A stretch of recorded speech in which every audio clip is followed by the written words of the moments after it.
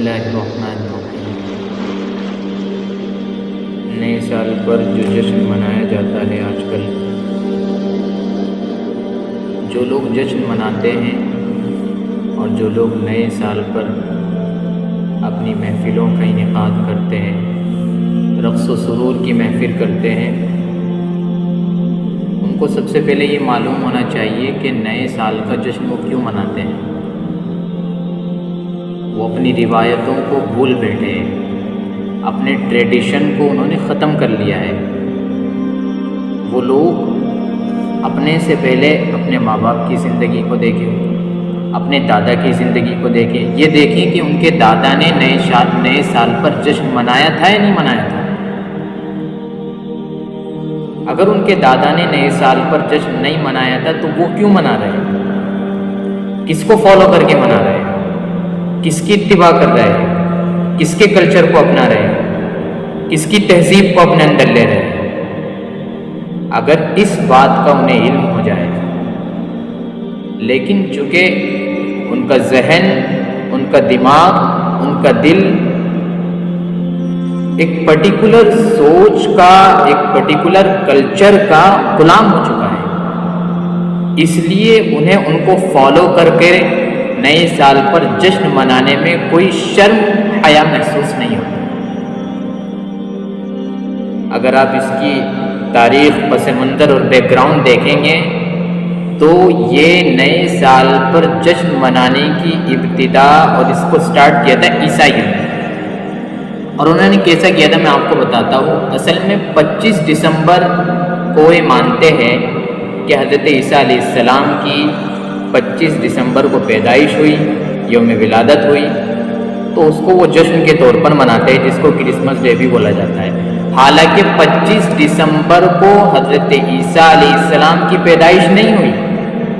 حضرت عیسیٰ علیہ السلام کی پیدائش تاریخ کی کتابوں سے 25 دسمبر کو کسی طرح ثابت نہیں ہوتی، تمام روایتوں سے، لیکن وہ لوگ من گھڑت عقائد اور من گھڑت کتابوں سے بات لے کر 25 دسمبر کو حضرت عیسیٰ کی پیدائش کا جشن مناتے ہیں۔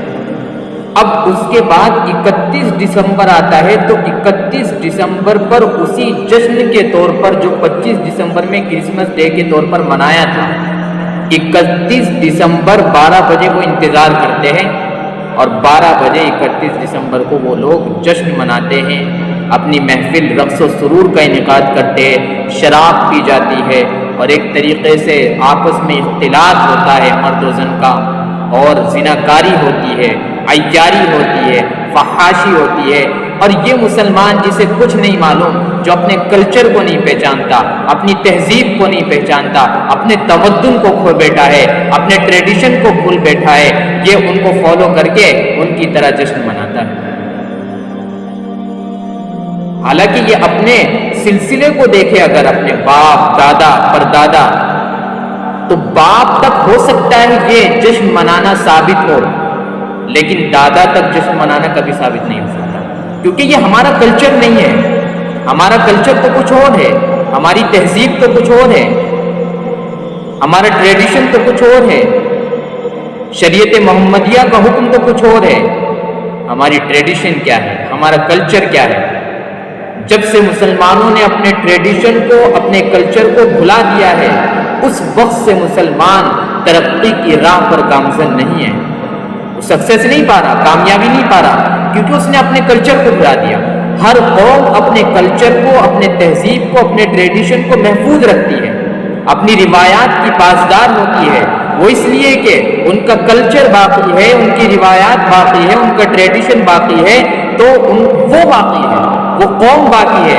اگر ان کا کلچر ختم ہو گیا، ان کی روایات ختم ہو گئی، ان کی تہذیب ختم ہو گئی، ان کی ٹریڈیشن مٹا دی گئی، تو وہ قوم بھی ختم ہو جائے گی، اس کا نام و نشان دنیا سے ختم ہو جائے گا۔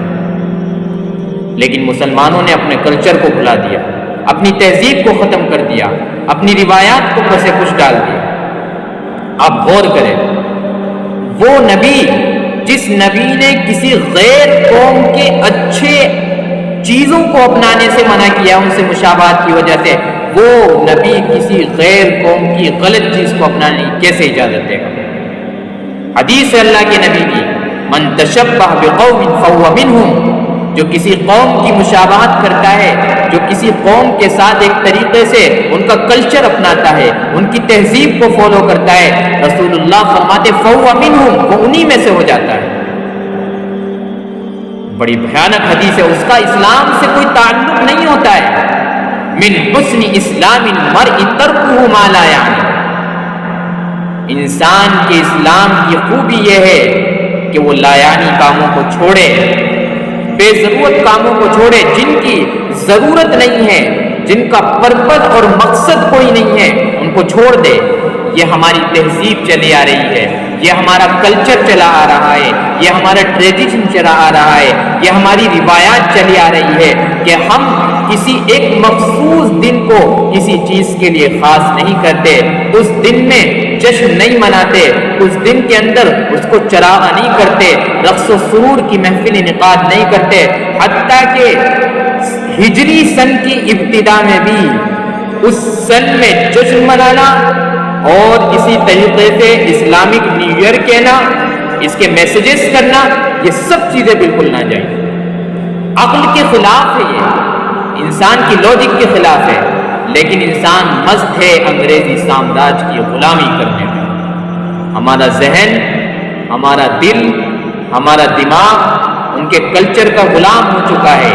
یاد رکھیے، جو قوم اپنے مزاج کے مطابق نہیں چلتی، اپنی تہذیب کے مطابق نہیں چلتی، اپنے کلچر کے مطابق نہیں چلتی، اپنی روایات کی پاسدار نہیں ہوتی، اس قوم کا نام و نشان دنیا سے مٹ جایا کرتا ہے، کیونکہ آپ کا وجود آپ کے کلچر سے ہے، آپ کی تہذیب سے ہے، آپ کے ٹریڈیشن سے ہے۔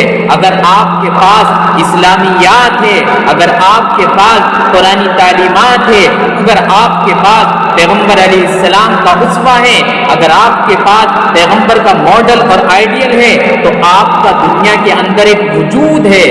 جب آپ کے پاس سے پیغمبر کا آئیڈیل اور ماڈل ہونا ختم ہو جائے گا، اپنی ٹریڈیشن ختم ہو جائے گی، روایات ختم ہو جائے گی، اس وقت آپ سے آپ کی شناخت چھین لی جائے گی اور آپ کا وجود بھی ختم ہو جائے گا۔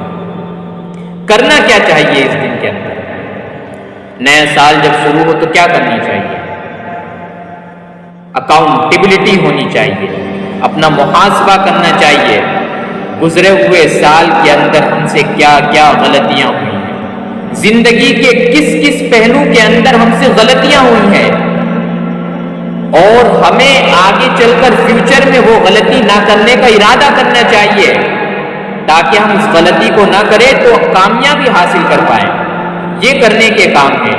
یوم احتساب کے طور پر منانا چاہیے، اکاؤنٹیبلٹی کے طور پر منانا چاہیے، کیونکہ نبی علیہ السلام کی ایک حدیث ہے، حاسبوا قبل ان تحاسبوا، اپنا محاسبہ کرو، اکاؤنٹیبلٹی کرو، اس سے پہلے کہ تمہارا حساب لیا جائے، تمہارا محاسبہ کیا جائے، اس سے پہلے کہ تم اکاؤنٹیبل ہو اللہ کے یہاں، اس سے پہلے اپنی اکاؤنٹیبلٹی کرو۔